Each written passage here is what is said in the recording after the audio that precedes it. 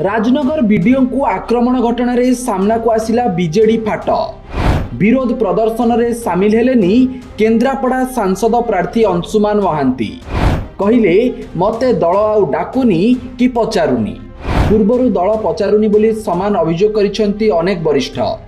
केते दल छाड़ीदेलेनी आउ केतेंकु दल मध्य काढ़ी देलानी आउ केते असंतुष्ट मेली भी कलेनी।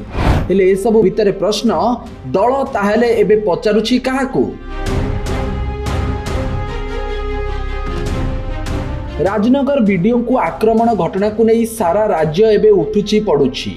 बीजेडी रो निर्वाचित पंचायत प्रतिनिधि माने अभियुक्तों विरोध में कड़ा कार्यानुष्ठान दाबी रे ब्लॉक ऑफिस रे ताला पकाई धारणा दैछंती। सबु सरकारी काम ठप हो जाइछि।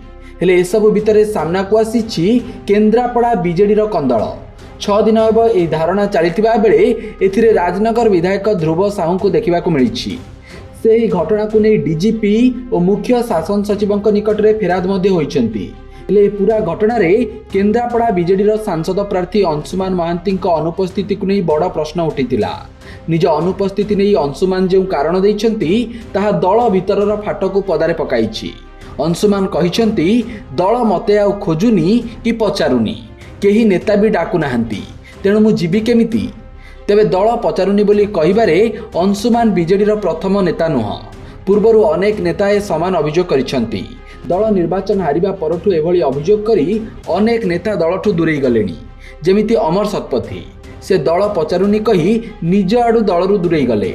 सेहीपरि समान अभियोग करी असंतोष झाड़िबा परे प्रफुल्ल मल्लिक को दल बहिष्कार करदेला। प्रभात त्रिपाठी भी समान दल पचारुनी बोली कही विदा हेले। एमानक व्यतीत राज्यसभा सांसद देवाशीष सामंतराय, पूर्वतन विधायक रुद्र महारथी, संबित राउतराय, जीतू बलवंत राय, चंद्र सारथी बेहेरा प्रमुख नेता दल अवहेला करुथिबा कही बारंबार मेली करुछंती। सेही मेली रे अंशुमान मध्य सामिल रहिछंती। दल निर्वाचन हारिबा परठु जुबठु नहीं वरिष्ठ प्राय सबु नेता ही समान अभियोग करुथिबारु दल ताहेले वास्तव में एबे केउ नेतांको पचारुछि ताहा एबे सबुठु बड़ प्रश्न होई छिड़ा होइछि। Bureau report, Satyapath news.